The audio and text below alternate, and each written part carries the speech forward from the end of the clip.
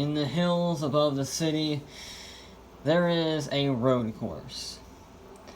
And that road course is 20 plus miles long. It has over 150 corners. And it's one of the most dangerous and terrifying tracks on the planet.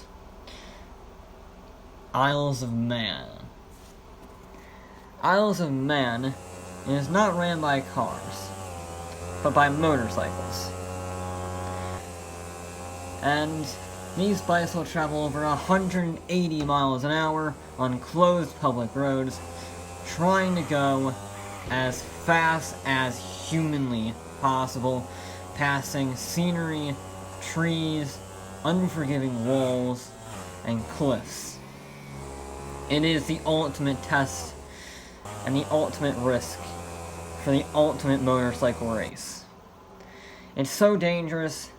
The last time they had a fatality-free year was 1988. But what if you want to experience this without being on a motorcycle? What is the closest yet safest way to experience this without having to ride a bike?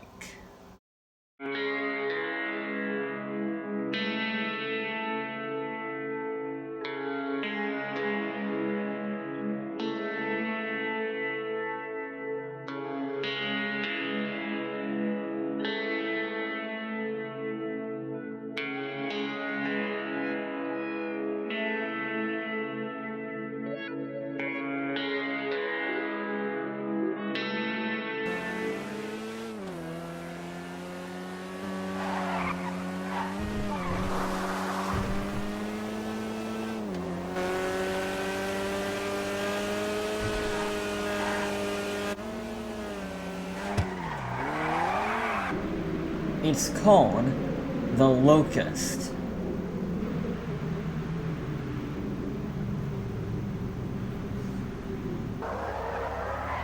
Ooh.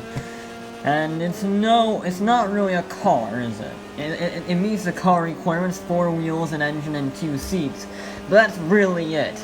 There's no interior. There's no windshield. Ugh.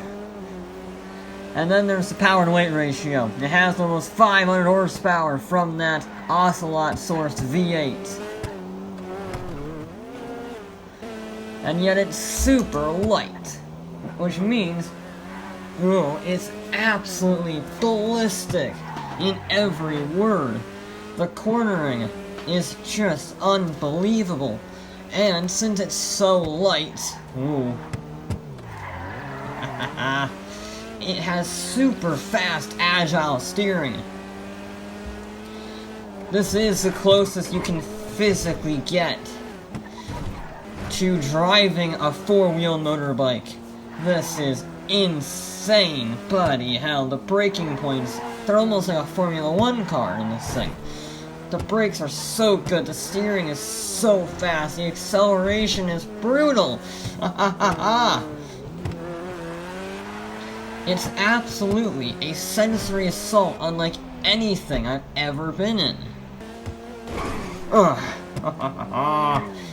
I'm liking this. Whoa. Just...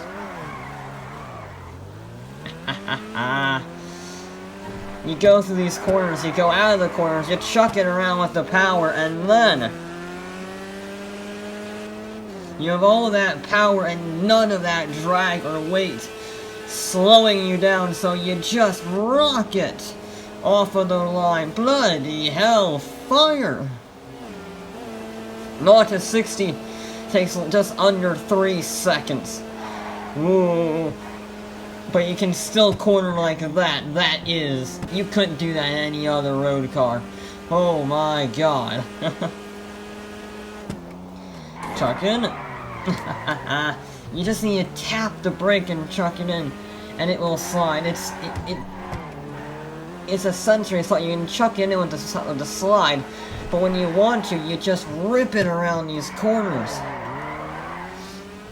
I've never seen a vehicle so grippy and yet so oversteering at the same time. I really like this car. I really like this car. I mean, Look at the cornering speeds. The cornering speeds. I mean, it just boggles the mind. Ha ha ha ha.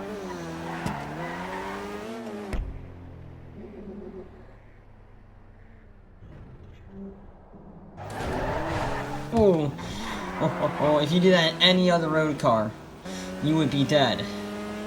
But I'm not dead, and I just did a lap of the circuit. So how is that possible?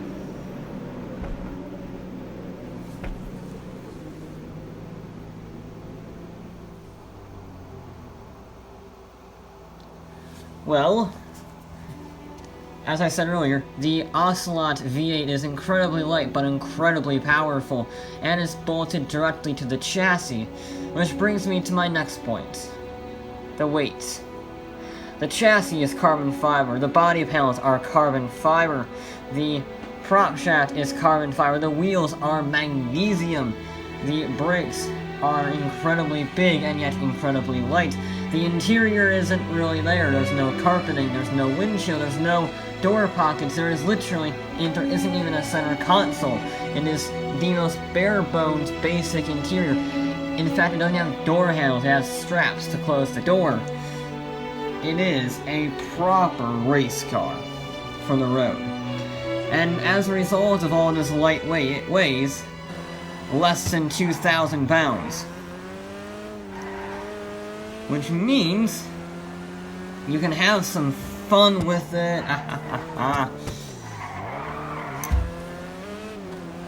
It's just so easy to chuck around and drive around because of that light weight.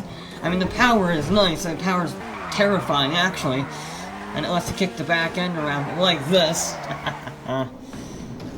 But the weight really lets the handling do the talking. This car can only have a top speed of 170, but the handling makes it feel like any other car on the road. And sure, it costs a little over $1.5 million, but for a motorcycle, without the risk of certain death, it's a once-in-a-lifetime experience.